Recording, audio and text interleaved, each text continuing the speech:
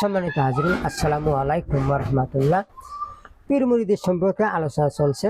এখানে পীর মুরিদ হওয়ার উপযুক্ত কে, এই ব্যাপারে আর একটা কথা আমি বলতে চাই। সেটা হলো সূরা শুরা 13 নম্বর আয়াতে আল্লাহ তাআলা বলতেছেন যে আকিমুদ্দিনা ওয়া লা তাতাফাররাকু ফি কাবুরা আলাল মুশরিকিন মা তাদউহুম ইলাই আল্লাহু ইয়াস্তাবি ইলাহি মান ইয়াশা।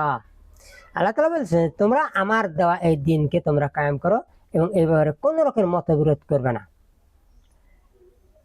তুমি যেদিকে ডাকছো, অর্থাৎ দিন কায়েমের জন্য যখন তুমি ডাকছো, মুশরিকরা এটা পছন্দ করবে না। আল্লাহু ইয়াস্তাবি ইলাহি মান ইয়াশা, অর্থাৎ আল্লাহ তাআলা যাকে ইচ্ছা তার কাজের জন্য বাছাই করে নেন।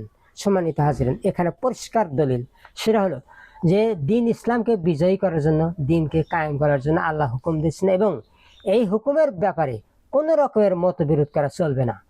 যে এটা আজকাল চলে না, বা ওটা রাজনৈতিক ব্যাপার, বা যারা এই পথে ডাকে তারা এই করে সেই করে, এরকম মানে আল্লাহর এই হুকুমকে এড়িয়ে চলার জন্য এই ধরনের কোনো যুক্তি দেখানো আল্লাহ এখানে হারাম করে দিয়েছেন। হুকুম দিন কায়েমের জন্য আল্লাহ হুকুম দিয়েছেন, আপনি সরাসরি এই কাজে অংশগ্রহণ করবেন, সর্বাত্মক প্রচেষ্টা চালাবেন এর জন্য।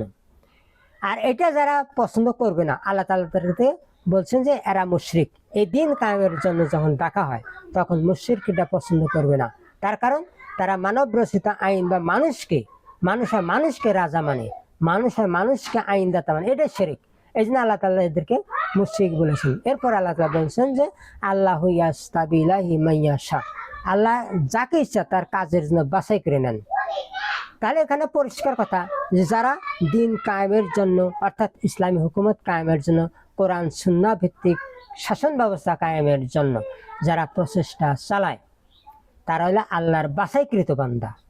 আর এদেরকে আপনি ওলি আল্লাহ বলতে পারেন, এরাই হলো আল্লাহর আপনি পীর বলতে পারেন। আর এখানের থেকে এটা পরিষ্কার কথা, যারা এই দিন ইসলাম কায়েমের জন্য বা ইসলাম হুকুমত কায়েমের জন্য কাজ করে না, চেষ্টা করে না বা পছন্দ করে না, এরা হলো ছাঁটাইকৃত। অর্থাৎ এই কাজ যারা করে তাহলে আল্লাহ বাছাইকৃত বান্দা, আর যারা এটা করে না তারা হলো আল্লাহ ছাঁটাইকৃত বান্দা। তা দিন ইসলামকে বিজয়ী করার জন্য যারা রাজনীতি করে না, দল করে, সংগঠন করে না, আল্লাহ বলছেন যে এরা ছাঁটাইকৃত। আল্লাহ যাদেরকে ছাড় দিয়ে রেখেছেন, আপনি কিভাবে তাকে আল্লাহর ওলি বলেন? এটা তো আল্লাহর সাথে বিরোধিতা করা হচ্ছে। কাজেই এরা পরিষ্কার ভাবে এটা বুঝতে হবে, দিন কায়েমের জন্য যারা প্রচেষ্টা করে না এরা আল্লাহর ছাঁটাইকৃত বান্দা, এদেরকে কখনো গ্রহণ করা যাবে না। ওয়া মা তাফাররাকু ইল্লা মিন বাদি মা জাআহুমুল ইলমু বাগিয়াম বাইনাহুম, তাদের কাছে সুস্পষ্ট জ্ঞান আসার পরেই তারা পরস্পরের উপর হিংসা বিদ্বেষের কারণে মতবিরোধ করেছে। এই মতবিরোধ তারা এই জ্ঞান আসার পূর্বে আর করে নাই। এই জ্ঞান আসার পর, অর্থাৎ দিন কায়েমের জন্য একজন ইমানদার হিসেবে যারা দাবি করবে তাদেরকে দিন কায়েমের জন্য সর্বাত্মক প্রচেষ্টা চালাতে হবে। এই হুকুমকে এড়িয়ে চলার জন্য তা যারা মতবিরোধ করছে এবং হিংসা বিদ্বেষের কারণে তারা বিভিন্ন পথ অবলম্বন করেছে, তার কারণ হলো যে দিন কায়েমের কাজ করতে গেলে বা ইসলামী হুকুমত কায়েমের জন্য কাজ করতে, আল্লাহ জিহাদ করতে গেলে যে জিহাদের জন্য আল্লাহ তাআলা হুকুম করেছেন, এই কোরআন আমাদের 300 বার হুকুম করেছেন। এত গুরুত্বপূর্ণ কাজ, যে কাজ না করলে একজন মানুষ ইমানদার হতে পারে না বলে আল্লাহ পরিষ্কার ঘোষণা করেছেন। সেই কাজ করতে গেলে বাতিল শক্তির সাথে সংঘর্ষ হবে, জানমালের ক্ষতি আছে, জেল জরিমানা হতে পারে। কাজেই এই লোকগুলো এত চালাক যে এই পথ তারা মারাতে চায় না, তারা দিনের জন্য, আল্লাহর জন্য কোনো ঝুঁকি নিতে রাজি নয়। এই জন্য এই পথকে এড়িয়ে চলার জন্য তারা নিজেরাই পথ বানিয়ে নিয়েছে। এদের সম্পর্কে আল্লাহ তাআলা বলতেছেন যে সূরা বাকারার আপনার ৭৯ আয়াতে আল্লাহ তাআলা বলতেছেন যে ফাইলুল লিল্লাযিনা ইয়াকতুবুনাল কিতাবা বিআইদিহিম সুম্মা ইয়াকুলুনা হাযা মিন ইনদিল্লাহি ওয়া ইয়াশতারুনা বিহি সামানান কলিলা। আল্লাহ তাআলা বলতেছেন যে ধ্বংস তাদের জন্য যারা নিজেদের হাতে কিতাবের লিখন লেখে, এরপর লোকদের কাছে বলে এগুলা আমরা আল্লাহর কাছ থেকে পেয়েছি। এগুলোর মাধ্যমে তারা সামান্য সম্পদ ক্রয় করে, তার মানে দুনিয়াবী স্বার্থ হাসিল করে। এখানে নিজেদের হাতে কিতাবের লিখন লেখে, তার মানে যে তারা নিজেরা মানুষকে ধোঁকা দেওয়ার জন্য নিজেরা মন গড়া কিছু কথা তৈরি করে, অথবা এই কাজে যারা পটু তাদের কাছ থেকে এই কথাগুলো কি মন গড়া কথা কিনে আনে, কিনে এনে এরা আবার লিখে রাখে, তারপর লোকদের কাছে বলে এগুলো আমরা আল্লাহর কাছ থেকে পেয়েছি। আর এগুলোর মাধ্যমে এরা দুনিয়াবী স্বার্থ হাসিল করে। বিশেষ করে যারা পীর মুরিদি করেন এদের মধ্যে এই মানে যে চক্রান্তটা সবচেয়ে বেশি। তো এরা এই নিজেদের মন গড়া কথাগুলো আল্লাহর কথা হিসেবে চালিয়ে দেওয়ার জন্য অনেক যুক্তির আশ্রয় নেয়। তারা বলে যে ওহি বন্ধ হয়েছে কিন্তু এলহাম বন্ধ হয় নাই, এলহামের মাধ্যমে আমরা এটা পেয়েছি। এটা একটা জঘন্য মিথ্যাচার। তার কারণ দিনের কোনো বিধান, ইসলামের কোনো বিধান আল্লাহর পক্ষ থেকে যে নাজিল হয়, এই নাজিল হওয়ার পদ্ধতি হলো ওহি। আর এই ওহি বা দিনের বিধান নাজিল হওয়া, এটা শুধুমাত্র রাসূল ছাড়া আর কারো কাছে নাজিল হয় না। রাসূল না, শুধু নবী, এই নবীর কাছেই আল্লাহ তাআলার পক্ষ থেকে ওহি নাজিল হয় না, অর্থাৎ ইসলামের কোনো বিধান বা নিয়ম পদ্ধতি নাজিল হয় না। তাহলে অন্য লোকের কাছে এটা কিভাবে আসবে? এটা সম্পূর্ণ একটা বানোয়াটি কথা। এটা তাদের বলছে যে এলহাম বন্ধ হয় নাই। ওহি আর এলহামে এক কথা নয়। ওহি হলো আল্লাহ তাআলার পক্ষ থেকে বিধান নাজিল হওয়ার যে সিস্টেম, এই সিস্টেম হলো ওহি। আর এলহাম হলো একটা ভিন্ন জিনিস। এলহাম শব্দের মূল শব্দটা হলো লহম।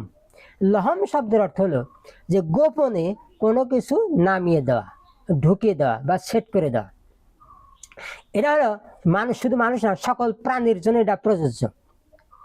অর্থাৎ যে কোনো প্রাণী হোক, সেই প্রাণীর ভিতরে যে গুণ বা যোগ্যতা আল্লাহ তাআলা গোপনে অজান্তে ওই প্রাণীর দেহের ভিতরে তার গুণ যোগ্যতা নামিয়ে দেন বা ঢুকিয়ে দেন বা সেট করে দেন, এই সিস্টেমটার নাম হলো এলহাম। কিন্তু দিনের বিধান এলহামের মাধ্যমে নাজিল হয় না। এটা সম্পূর্ণ একটা গাঁড়কেলু কথা, এটা গোমরাহি কথা। কাজে এ ধরনের ষড়যন্ত্রে আমরা কখনোই পা দেব না। এদের সম্পর্কে আমাদের সতর্ক থাকতে হবে এবং কোরআনের জ্ঞান অর্জন করতে হবে। কোরআনের জ্ঞান অর্জন না করলে এই সুন্দর ষড়যন্ত্র বুঝতে পারা যায় না। এই জন্য আল্লাহ তাআলা বলতেছেন যে ওয়া মা কানা ফি হাযিহি আমা ফাহুয়া ফিল আখিরাতি আমা ওয়া আদাল্লু সাবিলা। যারা এখানে অন্ধ থাকে, পরকালে তারা অন্ধ হবে এবং সেখানে আরো বেশি পথভ্রষ্ট হবে। অর্থাৎ কোরআনের জ্ঞান না থাকলে তাকেও আল্লাহ তাআলা অন্ধ বলেছেন। কাজে এই অন্ধ থাকা যায় না। কোরআনের জ্ঞান না থাকলে আপনি এই ধর্ম ব্যবসায়ীদের পাতানোর ষড়যন্ত্র থেকে আপনি রক্ষা পেতে পারেন না। এখন আসেন আগের কথায়, যে দিন কায়েমের জন্য যে হুকুম দেওয়া হয়েছে, এই হুকুম এড়িয়ে চলার জন্য তারা মতবিরোধ করেছে এবং পরস্পরের উপর হিংসা বিদ্বেষের কারণে বাড়াবাড়ি করেছে। তার কারণ দিন কায়েমের কাজ করতে গেলে পরে যারা দিনের কাজ করে তাদের আনুগত্য করতে হবে, কিন্তু এটা তারা সহ্য করতে, তারা মানতে পারে না।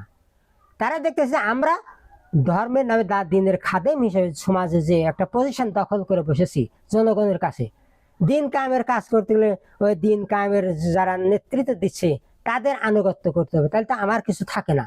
এই হিংসার কারণে তারা এই পথে তারা আসবে না। আর মতবিরোধ হলো যে তারা দিন কায়েমের বিরুদ্ধে যুক্তি দেখাবে, বিভিন্ন যুক্তি দেখিয়ে এ পথে এড়িয়ে যায়, নিজেদের মন গড়া পথ তৈরি করবে, নিজেদের মন গড়া কথা আবিষ্কার করবে। আর সেই মন গড়া কথাগুলো মানে মারফতি তত্ত্ব, গুরু তত্ত্ব, গোপন তত্ত্ব ইত্যাদি নাম দিয়ে এরা চালিয়ে যায়। আসলে মারফতি তত্ত্ব বা গোপন তত্ত্ব বলে কিছুই নেই। মারফত মানে পরিচয়, পরিচিতি। কোরআন হাদিস অধ্যয়নের মাধ্যমে আল্লাহর পরিচয় লাভ করাই হলো মারফত। অর্থাৎ কোরআন হাদিস বা শরীয়ত হচ্ছে মারফতের জন্মদাতা। কাজে যে কথাটা তারা বলে যে মারফত মানে গোপন তত্ত্ব, এটা সম্পূর্ণ একটা গাঁড়কেলু কথা। কারণ ইসলামিক গোপন তত্ত্ব বলে কোনো কথা নেই। তার কারণ আল্লাহ তাআলা বলছেন ওয়ামান আজলামু মিম্মান কাতামা শাহাদাতান ইনদাহু মিনাল্লাহ। ওই ব্যক্তির চেয়ে বড় জালিম আর কি হবে যে ব্যক্তি কাছে আল্লাহ তাআলা একটা সাক্ষ্য রয়েছে, অথচ সে তা গোপন করে চলছে।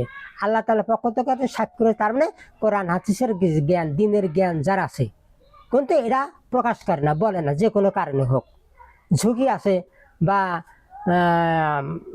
রিস্ক আছে, এই কারণে তারা এই কথাগুলো বলবে না। এই যে গোপন দিনের কথা যারা গোপন রাখে, এদেরকে আল্লাহ তাআলা সর্বশ্রেষ্ঠ জালিম বলে উল্লেখ করেছেন। আল্লাহ তাআলা নিজেই যাকে জালিম বলেছেন গোপন রাখার অপরাধে, সেখানে ইসলামে আল্লাহ এবং আল্লাহ রাসূল দিনের কথা গোপন রাখবেন, এইটা এর সাথে বড় ষড়যন্ত্রকারী আর কেউ তো না, এর সাথে বড় চিটার আর কেউ হতে পারে না। কাজে এই চিটারদের হাত থেকে নিজেদেরকে বাঁচানোর জন্য কোরআন হাদিসের জ্ঞান আমাদেরকে অর্জন করতে হবে। আল্লাহ তাআলা আমাদেরকে এই সমস্ত ষড়যন্ত্রের ফাঁদ থেকে বাঁচার জন্য কোরআনের সঠিক জ্ঞান আহরণ যেন আমরা করতে পারি, মান আল্লাহ তাআলার কাছে এই তৌফিক কামনা করে শেষ করছি। আসসালামু আলাইকুম, আল্লাহ হাফেজ।